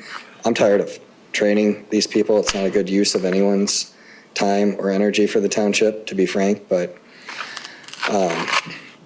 it's an important one. So I've kind of taken it upon myself to deal with that along with Rob McKenzie, our superintendent, because protecting our assets and protecting everyone's water is paramount as well. So, and based on Manager Walsh's comments, I'm going to make AT&T walk the neighborhood with me tomorrow morning. So, but yeah, your experience was positive because of time that we invested training Metronet and making sure that they got a good, reliable contractor, or at least we're doing good work. Okay. The contractor that's in his neighborhood has more capacity, so there's really no excuse for them to be taking this long. So as I understand it now, you moving on with your process and with the suggestions, should we expect to see you in 2 weeks to, sanction the changes that you're making? If you'd like to put it back on, we could put it back on for one more discussion item, just if you'd like to think about it, and if you'd like to visit some of the neighborhoods. We could put it back on for discussion, but there's nothing formal to approve or adopt. Oh, okay. But I am open to any and all ideas, thoughts, and input. We will take Treasurer DeShane's idea, which I think is a great one, back to the attorneys. We have to make sure it works within the Metro Act, or at least, something that we can make viable. So I guess I'll ask the board if you think you need to hear another update or further discussion on this issue? I don't think so. No. Trustee Wazowski. Thank you, Supervisor. It just provoked a thought, digging up the holes. So in this particular friend's lawn that has every mystic flag there was a hole, quite a big. A toddler could easily fall in that hole. It was covered with a piece of plywood, but that was it. She also has dogs, so she had to make sure their dogs weren't there. So just something else to convey back to you as far as feedback, that I don't know what kind of liability that may put the township in, and or, of course, if anybody was to get hurt or. Do you know what neighborhood it was? Wardcliff. Okay. And it was last year, 22? No, they just filled the hole. Okay. And I'm assuming it's Metronet, just based on what we're talking about, so I could get. They're not in Wardcliff to my knowledge, so if you want to send me some more information, I can investigate it. But Okay. yeah, typically we require them, if they have to leave a hole open overnight, they need to put snow fencing around it, which is the orange fence, kind of rectangular. And so they'll put U-channel posts in on all four corners snow fence around it, plywood over the hole. Okay, thank you. So that's our standard, and they know that, but training. Okay. Thank you, Mr. Alzheimer. I think we are confident in how you plan to proceed moving forward. And we'll welcome any updates you feel like we need to hear. Thank you, Supervisor Jackson and board members. Thank you.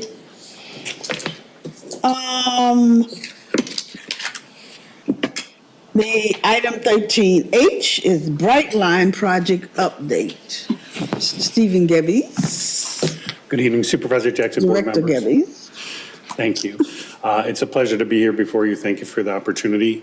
It's about 1 year ago exactly that we were here with Brightline, who presented Baker's dozen worth of projects that they recommended we implement.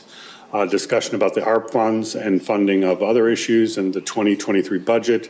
Over the next several months, he provided funding for that, and we began in October. We've made some significant progress on several of those projects, and I'm going to borrow your computer for just a second here, sir. I say I'm going to borrow it.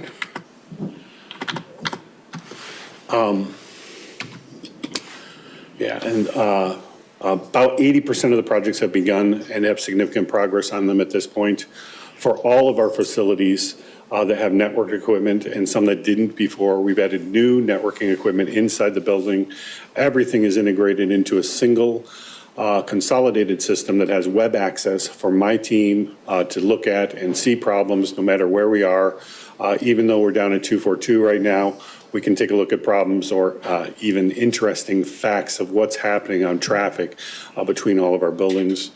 We've upgraded all of our firewalls for this facility, and although we were supposed to be doing firewalls for all of the rest of our facilities over the last month or two, that took a back seat to some of the work that we're doing for relocations and other things that are happening right now. But in our meeting today, we're jumping right back into that.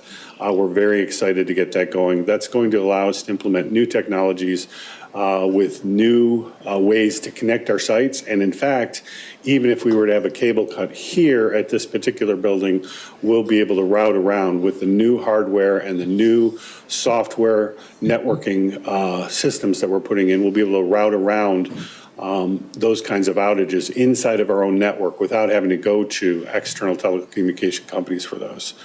Our backup systems are struggling a little bit right now with our older hardware, but the new disaster recovery service that we talked about and we're very excited about.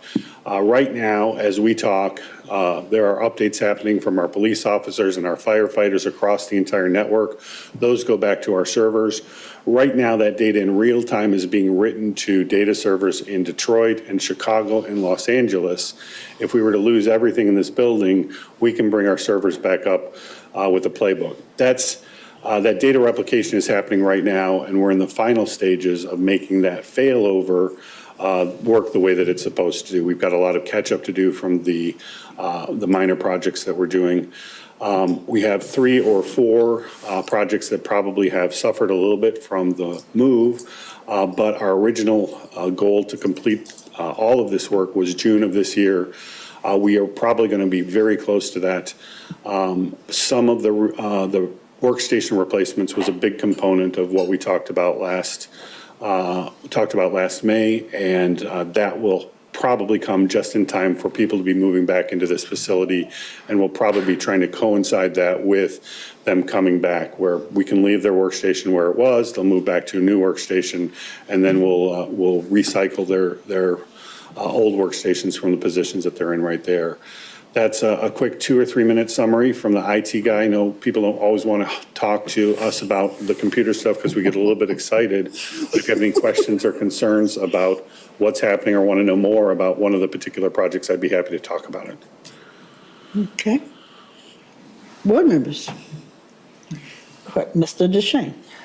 You know, one of the big issues that municipalities face is hijacking of their data. And it's held for ransom. It's happened locally, I believe, to Ingham County. It's happened to governments all across the state and the country.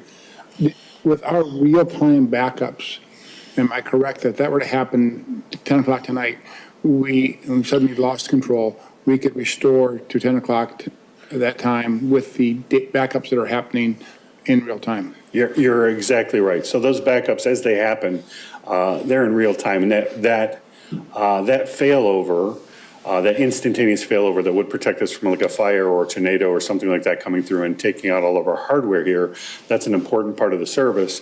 But a second part of the service is taking a snapshot at every hour. And you'll forgive me, we have not worked out all the details of that. That's exactly what we're sitting down and doing right now.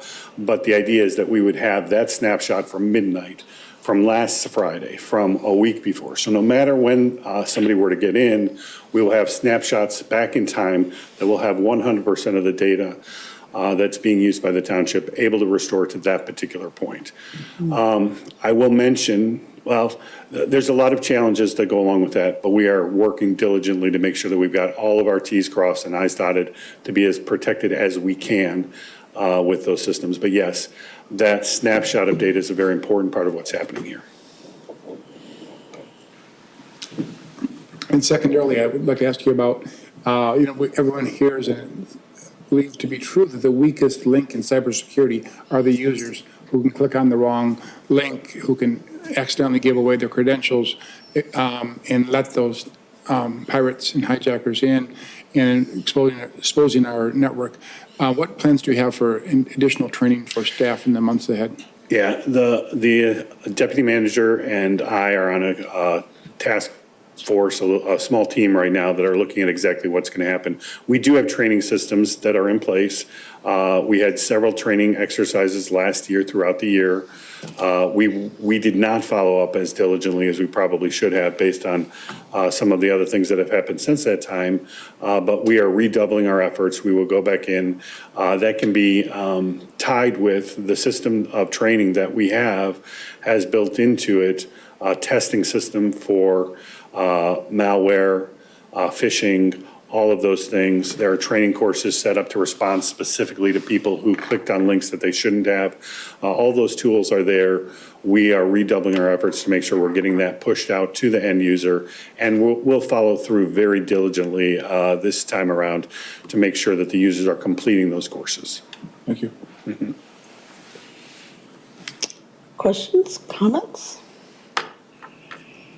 Seems everybody is completely assured of how they're using the new system. Great.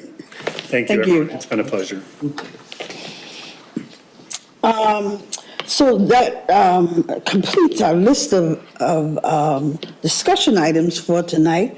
I realized that I skipped 2 items on our agenda earlier, so we have not had a manager's report tonight or board members' reports of activities and announcements. Mr. Walsh, would you? Certainly, I'll be brief. I know you've had a lot of issues before you this evening. Just an update on the Senior Center, Community Center Committee that the board established, which Trustee Wilson is chairing. We visited Portage a couple of months ago, the Portage Senior Center, and on May 12th, we're going to be going over to Howell to see their Senior Community Center as well. The Pride event has been mentioned. Today, Supervisor Jackson and I spent an hour in a conversation with Commissioner Mark Grebner, understanding the history of CATA and several other things involving CATA. It was a really fruitful discussion. I know I'll speak for myself. I learned a lot, did a lot of listening, and took a lot of that in and made a lot of notes. Also, Supervisor Jackson and I had a meeting last week with resident Lynn Page about the marijuana issue and our files and where we are on that issue. And we had a good discussion with Ms. Page, and we appreciate her time. Village of Oka's community conversation is a week from tonight in this room at 6 o'clock. We hope this venue works for the crowd that we anticipate. It is what it is during the renovation. The chip and fog was mentioned by the clerk. You know, we have more than a financial commitment. We have our reputation on the line because we've made commitments and trust, and that's far more important than anything. And so we within the next 48 hours, Mr. Opsimer has met with the contractor who will be performing that work. We'll have dates within 48 hours. But also there was the mention at the meeting, if you were there, or if you read the email follow from that, there's a couple areas in one particular neighborhood that has some areas that need to be reviewed prior to us doing the work.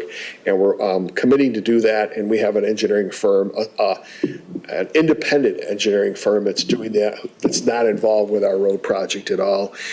We mentioned the Larry Merrill, the facilitation. There was some emails exchanged. We're looking at potentially of a 3-night training, like a Tuesday, Wednesday, Thursday training coming up in the next couple of months. Again, we'll confirm that date with the board before we go forward. Police swearing in is Monday at 3 o'clock. Will be a couple of new officers will be sworn in at that time. And the windscreens were already mentioned. Had I made these comments earlier in the meeting, they were really going to be addressed to the team that was here. Obviously, most of them have went home to enjoy the evening, but I'll just make my comments very concise then. But we're really, really fortunate here to have the people that we have. And it's all about the team that we have. And you notice the new signs that have gone up now at the south entrance and the east entrance to the community, the marketplace, the new fire station, the roads, the improvements we've made to the buildings, all of that without any debt. And we're really making some great improvements in this community. And also, I read a lot about what's going on in other communities and the way the governing bodies act and conduct themselves. And we're very fortunate as a staff to have a board that works. Doesn't mean you don't disagree from time to time. You should disagree from time to time. And I've been here now for 3 boards, so I can speak eloquently about this. I will tell you that as a staff, we really appreciate the board we have, the way that you work together, and it makes for a great work environment, and we really appreciate that, and you should know that.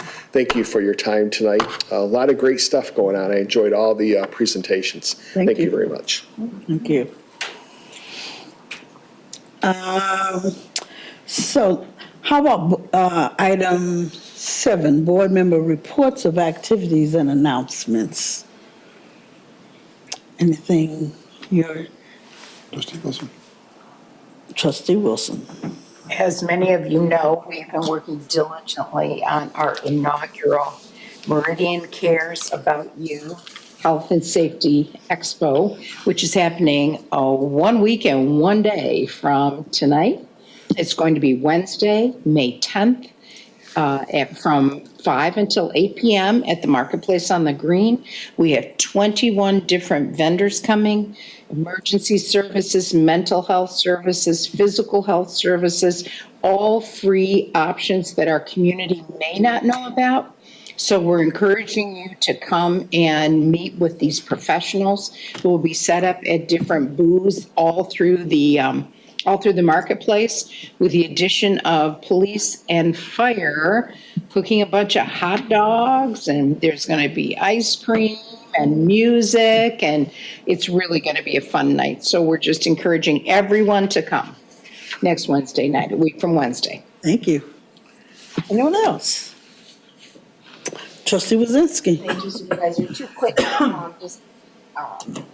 updates.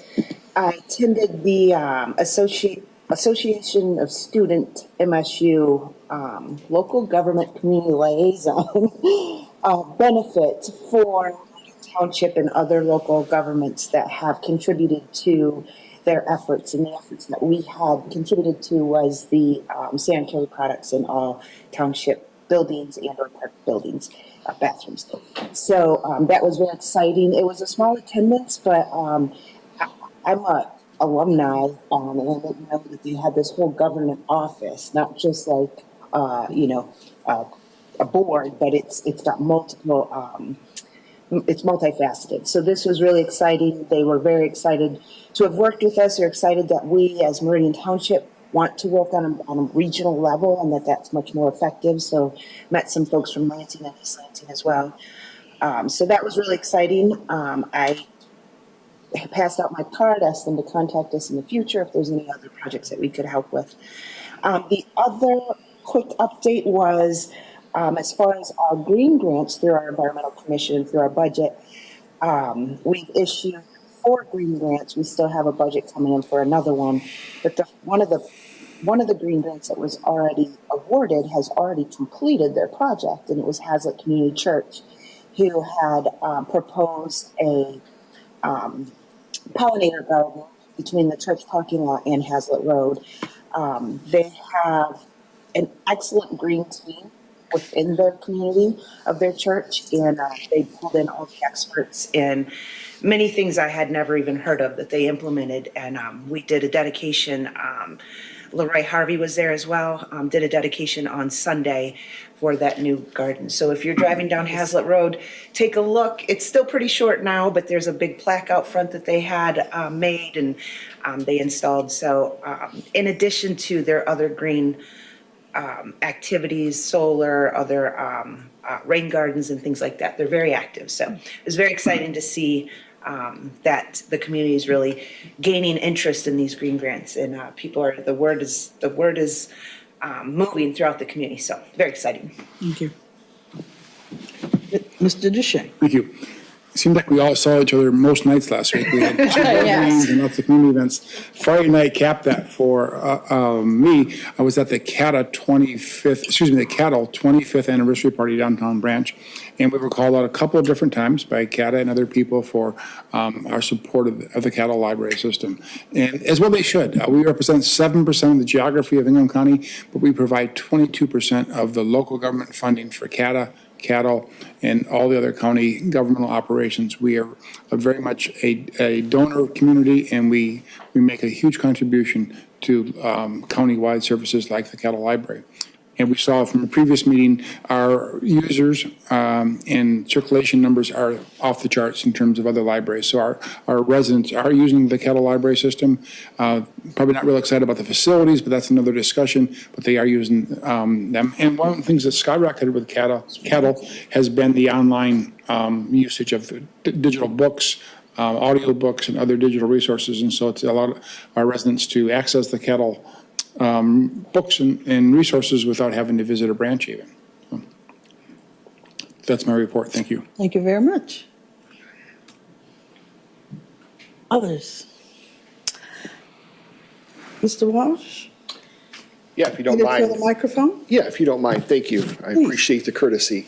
A couple of things. I watched the Environmental Commission when you brought up the grants. It reminded me of something I meant to tell you a while ago. There was some discussion about you may not have enough funding for the Green Grant Program, if I recall correctly. You were like 5,000 or 10,000. That you have a number of great entries, you may not have enough funding. So I hope we can have that conversation. I meant to tell you that after watching your meeting. So. Thank you, Manager Walsh. That's correct. We're waiting for those extra budgets to come in. But, unlike other very competitive grants, we don't want this to be a competitive grant. We want to be able to fund if we've got the interest and they've got the proposal that's, that shows that it could be successful. So I would be happy to talk. Yeah, and I know the background of this board and what's important to this board, and I don't try to ever speak for the board, but if we want to have that conversation, please let me know. So, and second of all, I've been remiss as well. There were 1,200 people up in Traverse City, township officials from across the state. I think there were 350 townships represented there. And I know, of course, Supervisor Jackson was able to carry the flag, and that was wonderful. But there's also something else that happened up there that really we should mention, and that is only 5 or 6 individuals of the entire 1,200 that were up there were brought up on the stage for, and I'm not sure I have the right term, and I probably should have known if I came up here, but the passing or the getting acknowledged for passing the Leadership Academy as a board member through the MTA. And very few people accomplished that. And Treasurer Phil DeShane was actually the second person who took the stage up in Traverse City for getting recognized by the MTA for that. And that was a proud moment. The flag was great too. But it was really a special moment. So thank you for the indulgence this evening. Congratulations, Mr. DeShane. Thank you. The exact term is Township Governance Academy. Yeah, that's right. As I understand, at least 2 other board members have signed up to complete the coursework. It's around 80 hours of coursework in a project, and it's an excellent way for those of us who serve in local government to go through a series of courses and and make sure we understand what township government means and how to best practice it. Thank you. Thank you. Mr. Opsimer. If you'll indulge me for one moment, one item on the renovation project that we're undertaking in 2023 that was not brought up tonight, but I thought was important. We talk a lot about the budget and fiscal responsibility in the township, and this wasn't anything in particular that we did specifically, but time worked on our side. So for all the flooring and the furniture, we actually are under the 2019 My Deal contracts that the state put together. So all of the recent inflation that we've been talking about across the board is not impacting the renovation project as it relates to flooring and furniture. And specifically with the public safety building, the one thing that we did do when we learned of this is make sure that we contracted for the public safety building ahead of the June expiration. Those contracts expire sometime in mid-June. So we made sure that we got out ahead of that expiration date and didn't fall subject to the inflationary increases that we've seen since 2019. So just one other note that I wanted to leave you with. Thank you. That's great. Thank you. Anything else? Then I will entertain a motion to adjourn. So moved. Support? Trustee Sunderland supports the motion. All in favor, please say yes. Yes. Chair votes yes. All opposed, no. We are adjourned.